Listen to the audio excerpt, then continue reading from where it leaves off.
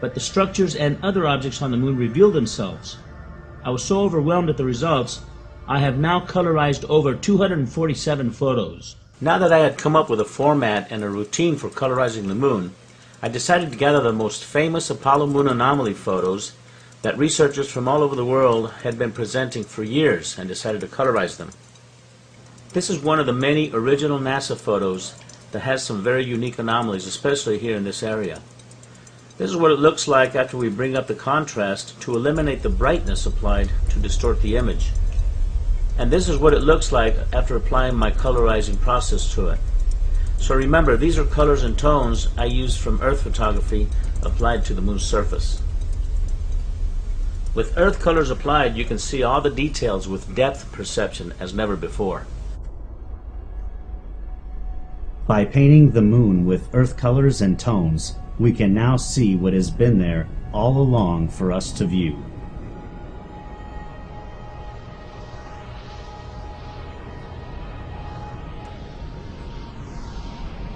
I got started in this probably in the mid-1990s, listening to Hoagland on the old Coast to Coast AM radio program with Art Bell, and he was talking about the stuff that he'd found on the moon, and some images and some things that clearly appeared to be structures. They were very anomalous, and he was noting that there were thousands upon thousands of photographs that had been taken of the moon by the various unmanned probes and then the astronauts that had orbited the moon.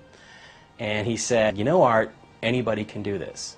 And what I realized is, A, I'm anybody. B, I think I understand the arguments. I'm an engineer by trade, so aerospace engineer, so I may not be an architect, but I certainly know structure when I see it. And I started looking at the evidence that he presented, and I just got fascinated by it. I created a web page called the Lunar Anomalies homepage, which still exists, and it was all dedicated to stuff on the moon. The Hubble telescope has taken the most incredible photography of deep space and far off in the vast universe. When you see these spectacular scenes, you can't help but wonder how many others live out there. So when NASA was asked by scientists and astronomers when the Hubble telescope would be used in photographing the moon, NASA's reply was that because the moon was too bright, it would be impossible to get accurate photography of the moon. The first photo was released from the Hubble Space Telescope in 1999. Needless to say, the scientists and astronomers were not too pleased at how NASA had deliberately lied to them. When I heard about this photograph, I thought for sure we would see the moon in full color. But of all the photos taken by the Hubble telescope of the moon, they are in black and white. After colorizing all these photos, you can't help but learn the moon's layout. After all, it is a small planet compared to Earth. Prepare yourself for an incredible expedition as we now take you back to the moon on a voyage filled with mystery and secrecy.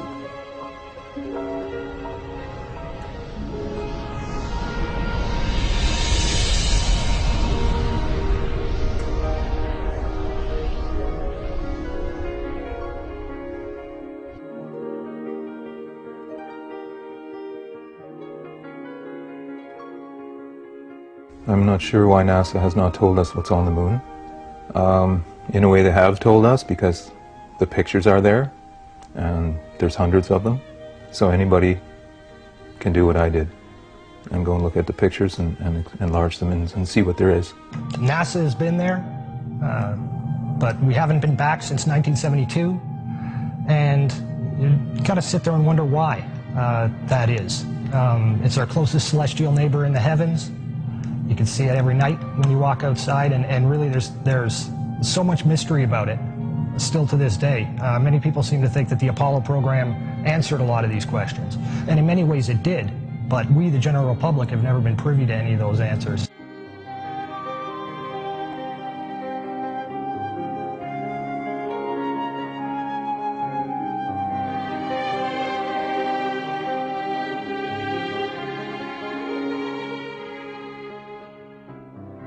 Is there already somebody there, and is there even a secret space program that we don't know about, that maybe even NASA doesn't know about, that's been to the moon and back and using very advanced technology? A cover story that's based entirely upon the premise that there is absolutely no life there, and that there's no life to be found, past, present, at all.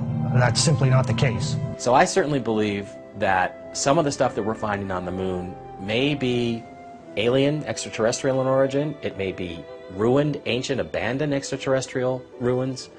Some of it may be active, and some of it, in fact, may be our own stuff. I don't think there's any possibility that NASA is not aware of the civilizations on the moon and the structures. They're very obvious, easy to see.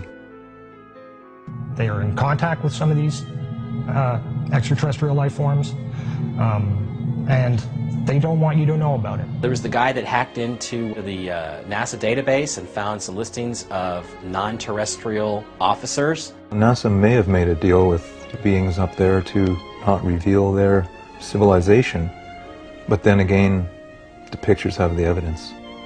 It's all in the pictures anyway. The whole purpose to the cover-up is to prevent we, the plebeian masses of this planet, from gaining the appreciation that there is indeed extraterrestrial life out there, intelligent extraterrestrial life. And this is life that the government is very well aware of. The governments around the world, it's certainly not a U.S. issue. They're very well aware of it.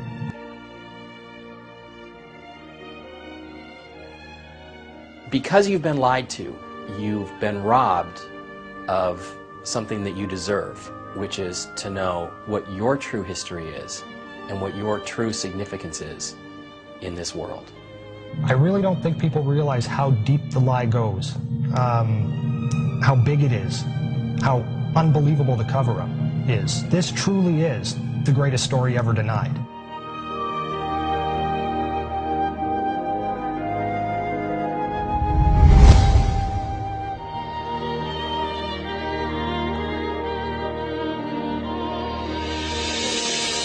It is the most amazing secret never told.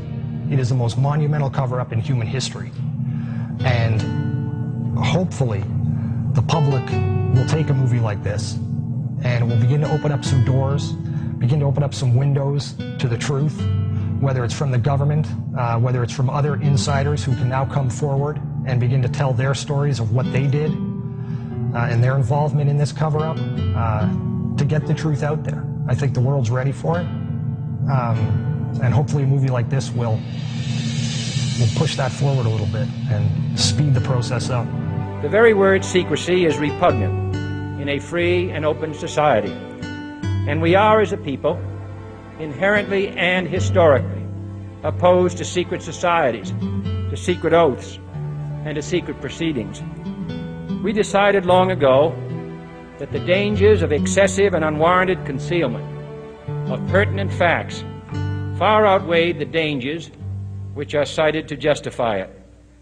And there is very grave danger that an announced need for increased security will be seized upon by those anxious to expand its meaning to the very limits of official censorship and concealment. That I do not intend to permit to the extent that it's in my control. And no official of my administration, whether his rank is high or low, civilian or military, should interpret my words here tonight as an excuse to censor the news, to stifle dissent, to cover up our mistakes, or to withhold from the press and the public the facts they deserve to know. By playing around with these images, using modern software techniques, some of the results really are eye-opening.